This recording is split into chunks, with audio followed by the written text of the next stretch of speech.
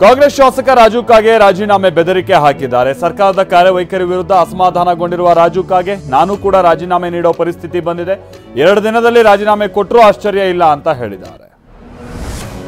ಸರ್ಕಾರದ ವಿರುದ್ಧ ಅಸಮಾಧಾನಗೊಂಡಿರುವ ಶಾಸಕ ರಾಜು ಕಾಗೆ ಬಿಆರ್ ಪಾಟೀಲ್ ಹೇಳಿದ್ದು ಸುಳ್ಳಲ್ಲ, ಅವ್ರು ನಿಜಾನೇ ಹೇಳಿದ್ದಾರೆ. ನಮ್ಮ ಸರ್ಕಾರದಲ್ಲಿ ಅಧಿಕಾರಿಗಳು ಸರಿಯಾಗಿ ಕೆಲಸ ಮಾಡ್ತಾ ಇಲ್ಲ, ಸರ್ಕಾರದಲ್ಲಿ ಆಡಳಿತ ವ್ಯವಸ್ಥೆ ಸಂಪೂರ್ಣವಾಗಿ ಹಾಳಾಗೋಗಿದೆ, ಕ್ಷೇತ್ರಕ್ಕೆ 25 ಕೋಟಿ ಅನುದಾನ ಕೊಟ್ಟರೂ ವರ್ಕ್ ಆರ್ಡರ್ ಬಂದಿಲ್ಲ ಅಂತ ಆರೋಪಿಸಿದ್ದಾರೆ. ಸರ್ಕಾರದ ವಿರುದ್ಧ ರಾಜ್ಯಸಭಾ ಸದಸ್ಯ ಈರಣ್ಣ ಕಡಾಡಿ ಅಸಮಾಧಾನ ವ್ಯಕ್ತಪಡಿಸಿದ್ದು, ರಾಜು ಕಾಗೆ ಮನಸ್ಸಿಗೆ ಬೇಜಾರಾಗಿದೆ, ಹಾಗಾಗಿ ಅತ್ಯಂತ ನೋವಿನಿಂದ ರಾಜೀನಾಮೆ ಕೊಡಬೇಕು ಅಂದಿದ್ದಾರೆ. ಆದ್ರೆ ನೀವು ರಾಜೀನಾಮೆ ಕೊಡೋದ್ರಿಂದ ಈ ಸಮಸ್ಯೆ ಸರಿ ಆಗಲ್ಲ, ನಿಮ್ಮ ಮುಖ್ಯಮಂತ್ರಿ ಅವರನ್ನ ರಾಜೀನಾಮೆ ಕೊಡಿಸಿ ಅಂತ ಆಗ್ರಹಿಸಿದ್ದಾರೆ. ಸಚಿವ ಜಮೀರ್ ಅಹಮದ್ ಖಾನ್ ರಾಜೀನಾಮೆ ಕೊಡೋದು ಒಳ್ಳೇದು, ಅವ್ರ ಇಲಾಖೆಯಲ್ಲಿ ಹಗರಣ ಆಗಿಲ್ಲ ಅಂತ ಅಂದ್ರೆ ಮತ್ತೆ ಸಚಿವ ಸ್ಥಾನ ಅವ್ರು ಪಡೀಲಿ ಅಂತ ಶಾಸಕ ಬೇಳೂರು ಗೋಪಾಲಕೃಷ್ಣ ಸಲಹೆಯನ್ನ ನೀಡಿದ್ದಾರೆ. ಈ ಹಿಂದೆ ಬೇರೆ ಬೇರೆ ಹಗರಣದಲ್ಲಿ ಸಚಿವರು ರಾಜೀನಾಮೆ ಕೊಟ್ಟಿದ್ದಾರೆ, ಹಾಗಾಗಿ ರಾಜೀನಾಮೆ ನೀಡಿ ತನಿಖೆ ಆದ್ಮೇಲೆ ಮತ್ತೆ ಸ್ಥಾನ ಪಡೆದ್ರೆ ಒಳ್ಳೇದು ಅಂತಾನೂ ಹೇಳಿದ್ದಾರೆ. ವಸತಿ ಯೋಜನೆ ಮನೆ ಹಂಚಿಕೆಯಲ್ಲಿ ಗೋಲ್ಮಾಲ್ ಆರೋಪಕ್ಕೆ ಸಂಬಂಧಪಟ್ಟ ಹಾಗೆ ಬೆಂಗಳೂರಿನಲ್ಲಿ ಮಾತನಾಡಿದ ಡಿಸಿಎಂ ಡಿಕೆ ಶಿವಕುಮಾರ್, ಸಿಎಂ ಹಾಗೆ ವಸತಿ ಸಚಿವರು ಉತ್ತರ ಕೊಡಬೇಕು, ನನಗೆ ಯಾವುದೇ ಮಾಹಿತಿ ಇಲ್ಲ ಅಂತ ಹೇಳಿದ್ದಾರೆ.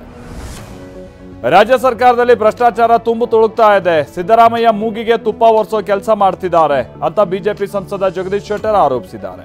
ರಾಜು ಕಾಗೆ ಬಿಆರ್ ಪಾಟೀಲ್ ಹೇಳಿಕೆ ಸರಿ ಇದೆ, ರಾಜು ಕಾಗೆ ಸೇರಿ ಹಲವು ಮಂದಿ ಬಿಜೆಪಿಗೆ ಬರ್ತಾರೆ ಅಂತ ಹೊಸ ಬಾಂಬ್ ಸಿಡಿಸಿದ್ದಾರೆ ಶೆಟ್ಟರ್. ಭ್ರಷ್ಟಾಚಾರ ಬಿಟ್ಟು ಕಾಂಗ್ರೆಸ್ ಇಲ್ಲ, ಕಾಂಗ್ರೆಸ್ ಬಿಟ್ಟು ಭ್ರಷ್ಟಾಚಾರ ಇಲ್ಲ ಅಂತ ಆರೋಪಿಸಿರುವ ಸಿಟಿ ರವಿ ಸಚಿವ ಜಮೀರ್ ಅಹಮದ್ ಖಾನ್ ರಾಜೀನಾಮೆಗೆ ಆಗ್ರಹಿಸಿದ್ದಾರೆ.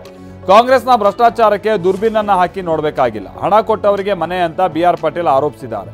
ಅಂಗೈ ಹುಣ್ಣಿನಷ್ಟೇ ಬಹಳ ಸ್ಪಷ್ಟವಾದ ಸಂಗತಿ ಇದು ಅಂತ ಟೀಕಿಸಿದ್ದಾರೆ. ಸಿಎಂ ಸಿದ್ದರಾಮಯ್ಯನವರನ್ನ ಕೆಳಗಿಳಿಸೋದಕ್ಕೆ ಭಾರಿ ಸಂಚು ನಡೆದಿದೆ ಅಂತ ವಿಜಯಪುರದಲ್ಲಿ ಶಾಸಕ ಬಸನಗೌಡ ಪಾಟೀಲ್ ಯತ್ನಾಳ್ ಆರೋಪ ಮಾಡಿದ್ದಾರೆ. ಸಿದ್ದರಾಮಯ್ಯನವರನ್ನ ಮಾನಸಿಕವಾಗಿ ಗೊಂದಲಕ್ಕೆ ಈಡು ಮಾಡಿ ರಾಜೀನಾಮೆ ನೀಡುವಂತೆ ಮಾಡಲಾಗ್ತಾ ಇದೆ, ಕಾಂಗ್ರೆಸ್ನಲ್ಲೇ ಸಿದ್ದರಾಮಯ್ಯನವರನ್ನ ಟೀಕೆ ಮಾಡೋದು ಹೆಚ್ಚಿದೆ ಅಂತ ಹೇಳಿದ್ದಾರೆ. ಐಶ್ವರ್ಯ ವಂಚನೆ ಪ್ರಕರಣದಲ್ಲಿ ಮಾಜಿ ಸಂಸದ ಡಿಕೆ ಸುರೇಶ್ ಇಡಿ ವಿಚಾರಣೆಗೆ ಹಾಜರಾದ್ರು. ಬೆಂಗಳೂರಿನ ಶಾಂತಿನಗರದಲ್ಲಿ ಇಡಿ ಕಚೇರಿಯಲ್ಲಿ ವಿಚಾರಣೆಯನ್ನು ಎದುರಿಸ್ತಾ ಇದ್ದಾರೆ. ಇದಕ್ಕೂ ಮೊದಲು ಮಾತನಾಡಿದ ಅವರು, ವಂಚನೆ ಪ್ರಕರಣಕ್ಕೂ ನನಗೂ ಯಾವುದೇ ಸಂಬಂಧ ಇಲ್ಲ ಅಂತ ಸ್ಪಷ್ಟಪಡಿಸುವ ಪ್ರಯತ್ನ ಪಟ್ಟಿದ್ದಾರೆ. ನಮ್ಮ ಇಡೀ ಕುಟುಂಬ ಇಡಿ ದಾಳಿಯನ್ನ ಫೇಸ್ ಮಾಡೋಕೆ ಸಿದ್ಧ ಆಗಿದೆ ಅಂತ ಡಿಸಿಎಂ ಡಿಕೆ ಶಿವಕುಮಾರ್ ಹೇಳಿದ್ದಾರೆ. ಬೆಂಗಳೂರಿನಲ್ಲಿ ಮಾತನಾಡಿದವರು, ಈ ಹಿಂದೆ ಇಡಿ ಕೇಸ್ ಆಗಿತ್ತು, ಆಗ ನಮ್ಮ ರಕ್ಷಣೆಗೆ ಯಾರೂ ಬರಲಿಲ್ಲ, ಈಗ ಕೂಡ ನಾವು ಇಡಿ ದಾಳಿಯನ್ನ ಫೇಸ್ ಮಾಡೋಕೆ ರೆಡಿ ಇದ್ದೀವಿ ಅಂತ ಹೇಳಿದ್ದಾರೆ. ಪ್ರಧಾನಿ ನರೇಂದ್ರ ಮೋದಿ ಅವರನ್ನ ಕಾಂಗ್ರೆಸ್ ಸಂಸದ ಶಶಿ ತರೂರ್ ಮತ್ತೆ ಹಾಡಿ ಹೊಗಳಿದ್ದಾರೆ. ಮೋದಿ ಅವರು ಭಾರತದ ದೊಡ್ಡ ಆಸ್ತಿ ಅಂತ ಪತ್ರಿಕೆಯೊಂದರಲ್ಲಿ ಬರೆದಿರುವ ಲೇಖನದಲ್ಲಿ ಅವರು ಉಲ್ಲೇಖ ಮಾಡಿದ್ದಾರೆ. ಶಕ್ತಿ, ಚೈತನ್ಯ ಮತ್ತು ಇಚ್ಛಾಶಕ್ತಿಯಿಂದ ಮೋದಿ ಭಾರತದ ದೊಡ್ಡ ಆಸ್ತಿ ಅಂತ ಬಣ್ಣಿಸಿದ್ದಾರೆ. ಮಹಾರಾಷ್ಟ್ರದ ಪಶ್ಚಿಮ ಘಟ್ಟ ಪ್ರದೇಶದಲ್ಲಿ ಭಾರೀ ಮಳೆ ಹಿನ್ನೆಲೆಯಲ್ಲಿ ನರಸಿಂಹವಾಡಿ ದತ್ತ ಮಂದಿರಕ್ಕೆ ಜಲ ದಿಗ್ಬಂಧನ ಆಗಿದೆ. ಮಹಾರಾಷ್ಟ್ರದ ಕೊಲ್ಲಾಪುರ ಜಿಲ್ಲೆಯ ನರಸಿಂಹವಾಡಿ ದತ್ತ ಮಂದಿರ ಪಂಚಗಂಗಾ ನದಿ ನೀರಿನಿಂದ ಆವೃತ ಆಗಿದೆ. ನೀರಿನಲ್ಲೇ ಬಂದು ಭಕ್ತರು ದೇವರ ದರ್ಶನ ಪಡಿತಾ ಇದ್ದಾರೆ. ಇನ್ನು ಕೆಆರ್ಎಸ್ ಜಲಾಶಯ ಭರ್ತಿಗೆ ಕೇವಲ 4 ಅಡಿ ಮಾತ್ರ ಬಾಕಿ ಇದೆ. ಇವತ್ತು ನೀರಿನ ಮಟ್ಟ 120.2 ಅಡಿಯನ್ನ ತಲುಪಿದೆ. 13,856 ಕ್ಯೂಸೆಕ್ ನೀರು ಒಳಹರಿವಿದ್ದು 1,965 ಕ್ಯೂಸೆಕ್ ನೀರು ಹೊರಹರಿವಿದೆ. ಜಲಾಶಯವು 124.8 ಅಡಿ ಗರಿಷ್ಠ ಸಾಮರ್ಥ್ಯ ಹೊಂದಿದೆ. ಗುಜರಾತ್ನ ಸೂರತ್ನಲ್ಲಿ ಮಳೆ ಆರ್ಭಟ ಹೆಚ್ಚಾಗಿದ್ದು ಅದಾಜನ್ನ ಕೆನಾಲ್ ರಸ್ತೆಯಲ್ಲಿ 4 ಅಡಿಯಷ್ಟು ನೀರು ನಿಂತಿತ್ತು. ಪೋಷಕರು ಮಕ್ಕಳನ್ನ ಶಾಲೆಗೆ ಕರ್ಕೊಂಡು ಹೋಗಕ್ಕೆ ಪರದಾಡಿದ್ರು.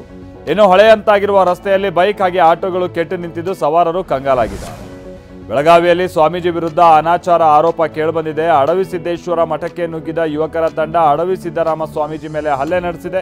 ಮಠದಲ್ಲಿದ್ದ ತಾಯಿ ಮಗಳ ಜೊತೆ ಅಸಭ್ಯ ವರ್ತನೆ ತೋರಿದ ತಂಡ ಬಾಲಕಿಯ ಬಟ್ಟೆ ಹರಿದು ಎಳೆದಾಡಿದ್ದಾರೆ ಅನ್ನೋದು ಗೊತ್ತಾಗ್ತಾ ಇದೆ.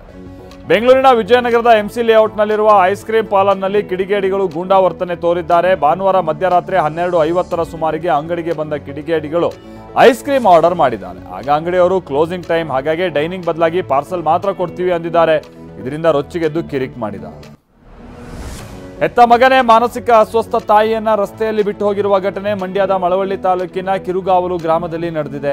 ಬರ್ತೀನಿ ಇಲ್ಲೇ ಇರು ಅಂತ ರಸ್ತೆಯಲ್ಲೇ ಬಿಟ್ಟು ಹೋಗಿದ್ದು ಪಾಪಿ ಮಗನ ಕೃತ್ಯಕ್ಕೆ ವೃದ್ಧ ತಾಯಿ ಅನಾಥವಾಗಿಬಿಟ್ಟಿದ್ದಾರೆ.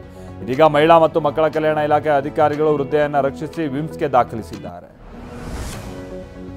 ಉತ್ತರ ಕನ್ನಡ ಜಿಲ್ಲೆ ಕುಮಟಾ ತಾಲೂಕಿನ ಗೋಕರ್ಣದಲ್ಲಿ ಮತಾಂತರದ ಆರೋಪ ಕೇಳಿಬಂದಿದೆ. ಮನೆಯೊಂದರಲ್ಲಿ ಜನರನ್ನ ಸೇರಿಸಿ ಮತಾಂತರ ಆಗುವಂತೆ ಮೈಂಡ್ ವಾಶ್ ಮಾಡ್ತಾ ಇದ್ದಾರೆ ಅಂತ ಆರೋಪಿಸಿ ಸ್ಥಳೀಯರು ತರಾಟೆಗೆ ತೆಗೆದುಕೊಂಡಿದ್ದಾರೆ. ಅನಾರೋಗ್ಯ ಪೀಡಿತರು ಬಡವರನ್ನೇ ಟಾರ್ಗೆಟ್ ಮಾಡಿ ಹಣದ ಆಮಿಷ ಒಡ್ಡಲಾಗ್ತಾ ಇದೆ ಅಂತ ಆರೋಪಿಸಲಾಗಿದೆ. ಮೈಸೂರಿನಲ್ಲಿ ನಟ ರಜನಿಕಾಂತ್ ನೋಡೋದಕ್ಕೆ ಫ್ಯಾನ್ಸ್ ಮುಗಿಬಿದ್ದಿದ್ದಾರೆ. ಬಿಳಿಕೆರೆ ಬಳಿ ನಡೀತಾ ಇರುವ ಜೈಲರ್ 2 ಚಿತ್ರೀಕರಣಕ್ಕೆ ರಜನಿಕಾಂತ್ ಬಂದಿದ್ದು ಶೂಟಿಂಗಿಗೆ ಹೋಗುವಾಗ ಹಾಗೆ ಶೂಟಿಂಗ್ ಮುಗಿಸಿ ಬರುವಾಗ ನೆಚ್ಚಿನ ನಟನ ನೋಡೋದಕ್ಕೆ ರಸ್ತೆ ಬದಿ ಅಭಿಮಾನಿಗಳ ದಂಡೇ ಸೇರ್ತಾ ಇದೆ.